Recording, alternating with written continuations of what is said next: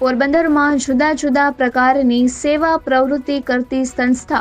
સમય ગ્રુપ યુવાનોએ હાલ શ્રાદ્ધ નિમિત્તે સમગ્ર રાત્રિ દરમિયાન જાગરણ કરીને જુદા જુદા વિસ્તારોમાં શ્વાનને દૂધપાક અને ગૌમાતાને ખોળ સહિતનો પૌષ્ટિક આહાર ખવડાવીને વિશિષ્ટ સેવા કાર્ય હાથ ધર્યું હતું.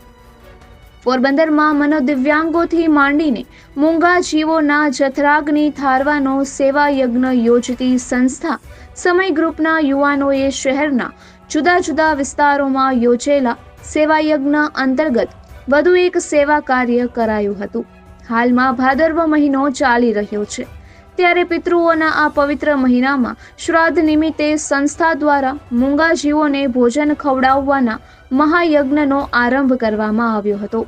સમય ગ્રુપના સેવાભાવી યુવાનો દ્વારા શહેરના અલગ અલગ વિસ્તારોમાં શ્વાનને દૂધપાક અને ગૌમાતાને ખોળનો પૌષ્ટિક આહાર ખવડાવવામાં આવ્યો હતો. ભાવસીજી હોસ્પિટલ પાછળ વિસ્તારમાં MG રોડ, કમલાબાગ તથા HMP કોલોની સુધીનો વિસ્તાર, છાયા ચોકી, ગોઢાણીયા શૈક્ષણિક સંકુલથી બિરલા હોલ સુધીનો વિસ્તાર,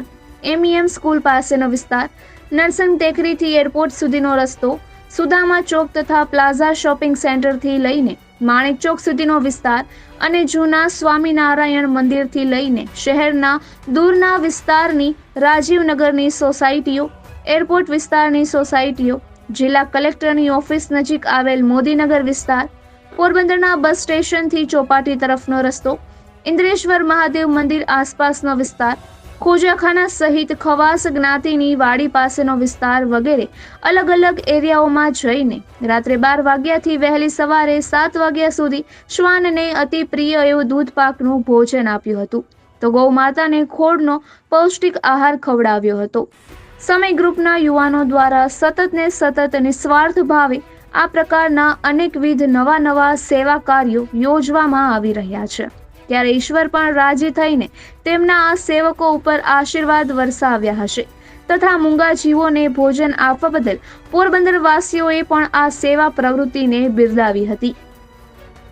નિપુલ પોપટ, પોરબંદર ટાઈમ્સ.